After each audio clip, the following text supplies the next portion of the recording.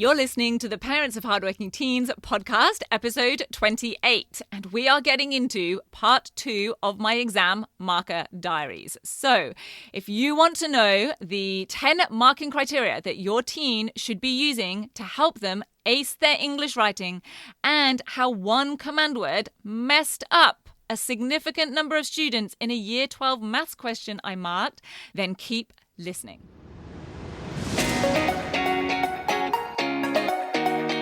I'm Katie Jones, and with over 15 years in education as an award-winning high school teacher, international external examiner, and as a study coach, I've helped thousands of students skyrocket their results and confidence. And this podcast is where I share all my insights, tactics, and tips with you, the parent, so you can help your hardworking teen get happy, smart, and successful in their study, and have you both enjoy the journey along the way. This is the Parents of Hardworking Teens podcast. Well, hey VIPs, and welcome to part 2 of my exam marker diaries. I'm hoping that this has been helpful for you so far. I always feel a little bit self-conscious just telling my own stories, but I always get emails when I send out either these sorts of emails to my subscribers or these episodes on the podcast from parents saying that they really enjoy them and get a lot out of them. And I think it's probably because we often learn best through stories and really being able to visually imagine the real life events happening. So if you haven't yet listened to part 1, you can go and find that on episode 27. And taking up here where I left off after marking those GCSE exams in the UK and then teaching some exam technique to my classes in Sydney, we can then fast forward to a bit of a detour, which I didn't love at the time, but was definitely another key moment and turn of events that has really brought me to where I am today. And that was being given an essential English class on my timetable.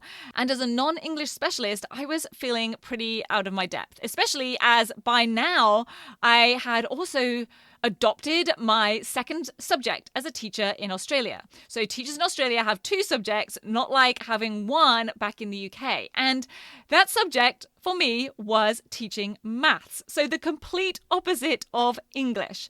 So you know me by now. I, of course, went out and found ways to make me better at teaching and helping those English students. And the bonus was that it also gave me more of that love that I was developing by now for getting behind the scenes of and into the inner workings of exams. Because it turns out you don't actually have to be a qualified English teacher. You have to be a qualified teacher, but you have to be a teacher of English to mark for the NAPLAN writing test. I guess partly because there are just so many of them, and also because a lot of primary school teachers mark them because they go from years 3 to 9. But you just have to have had experience in teaching and exam marking and applying criteria effectively. So being keen to improve my knowledge of some of the English foundations and wanting to help students be successful in their assessments, of course, I jumped on this. And this experience was perfect for that. It definitely dropped me into the deep end, but it totally worked. Because when you are marking for the NAPLAN writing test, you get to mark papers from across the whole cohort, right from year 3 up to year 9. And so you see how the 10 marking criteria that they use get applied to a really wide range of responses. So it was definitely challenging, but it gave me a lot of what I wanted and needed. So it was super helpful. And I will say as well, as an aside, it was challenging in more ways than one. Because for this marking, you had to go to a special secure marking center to go and do the training and the marking, which was every evening after school and at weekends for a week and a half. Now, when I marked in the UK, we had to mark in term time, but we had the papers at home. So you could just go home, you could mark through the evenings, you could do it whenever you had a moment. But being at the marking center, it meant that I would leave the house at 7:15 in the morning, go straight to school, have a day of teaching, go straight from school to the marking center, and then wouldn't get home till gone 9 p.m. I honestly don't know how any teachers who have got kids manage to do it. And I will say the piles of my own marking started to pile up, as did the piles of laundry at my house, I can tell you. But the thing that I really got out of that marking was not just being a better teacher of the nuts and bolts of English as a non-English specialist, but even more usefully for me in the long term and in the short term to help those students with their assessments was realizing how students could adapt their writing in pretty easy ways to create more impact and get more marks in English assessments. And most of all, it showed me how no one needs to be a natural talent at writing in order to score well in writing tests or English assessments. And I will definitely make a future podcast episode on this because this was a really big eye-opener for me. Because once I knew exactly what was being looked for in students' writing, I realized that being creative or original was not actually an important factor. It can be a factor, but it's never the most important. And often it really isn't that important at all, because a student who had written about the same topic as another 87 papers that I just marked could score better by nailing a lot of the criteria in that writing than a student who would come up with a really creative story or a really unique or original persuasive argument, but wasn't necessarily hitting the criteria on the mark scheme. And I can tell you that these criteria that we mark against for NAPLAN are basically the same as those that students are marked against even in the senior assessments in English. And I know this because I then also ended up doing marking for the Year 12 QCS exams, which include a Year 12 extended writing exam. Now, the QCS was, until a few years ago, the Queensland Core Skills Tests, because by this time I had upped my sun-chasing game from going from the UK to Sydney to then moving up to the Sunshine State of Queensland. So as you can tell, if I'm going to do something, I'm going to do it well, and sun-chasing is definitely one of those. But here is what I really want to share. The NAPLAN marking guide is super clear and super easy to use, and I recommend it to all students. If they don't have a copy, go get it, download it. It is free and public for anyone to download online, whether they are in Year 7, Year 9, Year 12, and use it to help them tick more boxes in their writing, no matter their year group or their standard of writing. Now, of course, yes, the standards, the quality expected is higher in the Year 12 exams, but what I saw from doing that combination of different exams, but both being writing tests, what I saw was the actual criteria that they are being judged on are the same. I will say the Year 12 version is written in a slightly kind of fancier way, but that is why I actually urge students to use the NAPLAN version, because it is very user-friendly. And as a non-English specialist, and as someone who, as a student, never really had any kind of natural flair for writing or creativity, and honestly, I didn't even enjoy reading at all through high school, really until my early 20s. But as a marker, I was really starting to see the power of knowing the marking criteria with those bigger writing assessments. And all of this was also around the time that rock solid study started to come to life in my brain and on the computer. Probably no coincidence, really. Getting more and more into the exam side of things and realizing how many students really needed this training and support. So I was still doing full-time teaching, I was doing the exam marking and starting up rock solid study and writing the 10-week grade transformation program. And like I said, I also then got started with marking for the Year 12 QCS exams. And that was fantastic because these were core skills exams. These actually ended 3 years ago as Queensland moved to the full ATAR system, but they were very much like the GAT exams, the general achievement tests that are still sat in Victoria for the VCE. And I loved marking these, and I still often use particular questions from past papers for exam technique training because they weren't subject specific. Yes, there were some more literacy-based or numeracy-based style questions, but they would always revolve around sources that were provided, or they'd purely be on comprehension or application skills. So they were a perfect example of exam technique in action. So marking for this particular exam gave me loads of experience in marking all different types of questions, from short 3-word answers to drawing graphs up to full-page extended responses, and even, like I said, the Year 12 writing test, where students had to write a 1,500-word response to an unseen stimulus. But one of my most memorable moments was marking a numeracy question on the short response paper. Because remember, my second subject by this time was maths. So as you can imagine by now, yes, I also wanted to up my game in the exams side of maths as well. And for QCS marking, it was really nice because the paper was divided up in different groups of markers, were allocated 1 or 2 questions from different sections. And we could actually nominate our preferences for what we wanted to mark. So for my first year, I opted for the maths questions.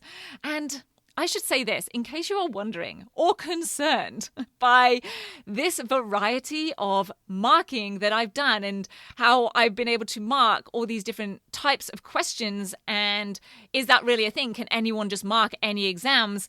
I will say that my story is pretty unusual. It's kind of unique. I don't know of anyone else who has sought out this amount of different types of exam marking. Most examiners, if they go and do exam marking, they do it for their subject. Plus, remember, I was thrown that English class one year. So I added maths to my teaching when I moved to Australia, and that's taken me down that path. But also, I really felt the need to improve my English teaching and assessment skills. So that also added that side of things as well.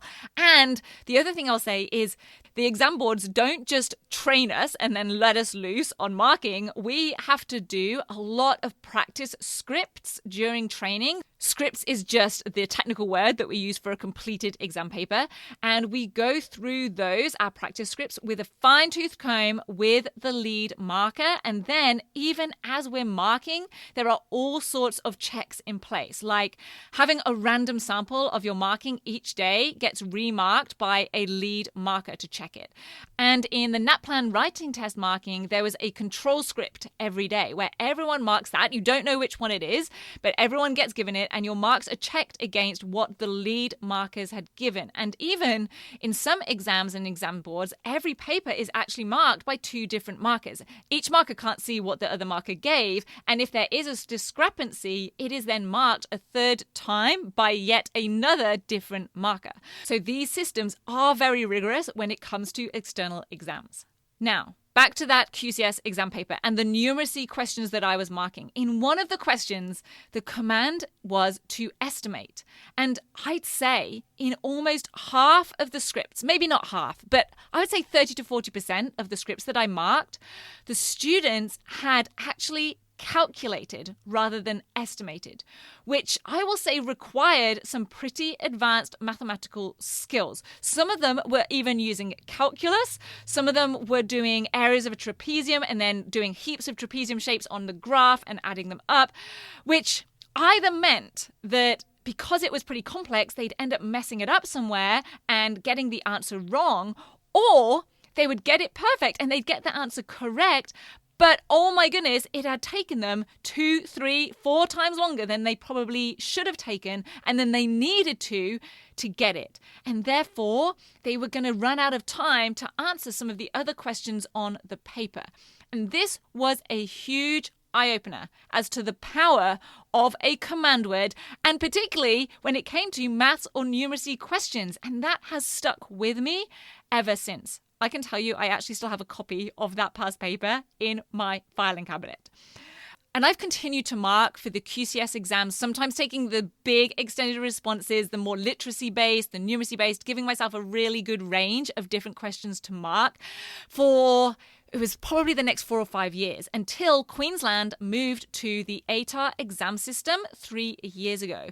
And I then got to go full circle. I got back in as a marker for the geography papers, which I have done every year for the past 3 years. But it also presented another new opportunity, which was for me to get involved in the actual exam writing side of things, to go even deeper with this, because with a new exam system comes new positions for people to get involved. And by now, I was like a fully fledged exam geek. So over these 3 years, I have also been on the writing panel and scrutiny panel for the QCAA ATAR exams. Now, I am afraid that these are the things that really are top secret. I am not able to share anything about those roles and what goes on in them for obvious reasons. But it has definitely given me a deeper experience of what really goes on in creating full exam papers, the mark schemes, the wording of questions. So with all of that said, that is the story of how I became an exam geek, and how I will continue using all of that experience and my future roles and experiences as well to enlighten you and serve your teen if they ever come and join me in my 10-week Great Transformation program or go on to coaching with me in Next Level Coaching. And I hope that you can take away and action even just one of the things that I have covered, like getting that NAPLAN writing test mark scheme and the 10 criteria downloaded, or making sure your teen knows the real difference between clear and detailed that I went through in episode 27 on extended response. So I will be sure to share with you my tips and observations based on this year's Year 12 ATAR marking. So be sure to follow or subscribe to this podcast so that you don't miss an episode, because I cannot be sure yet what date that will be. And while you are there subscribing or following on your podcast app, then I would love it and really appreciate it if you took an extra 30 seconds to just leave a 5-star rating and a quick review. I know it feels like a pain, but it really only takes less than a minute when you've got that podcast app open. So I'd really appreciate it. There are already some wonderful reviews on there, and that is amazing. I really hope you have a brilliant week ahead, and I will see you back here for another episode next week. If you're ready to have your teen achieve their best possible results with less stress, then I want to invite you to enroll them in the 10-week Great Transformation program, where they're going to learn the key concepts, skills, and strategies to catapult their performance in assessments and exams. It's risk-free. They either achieve bigger and better results with a whole lot more confidence in 10 weeks, or we refund you in full. Just head over to www.rocksolidstudy.com/program, and I'll see you there.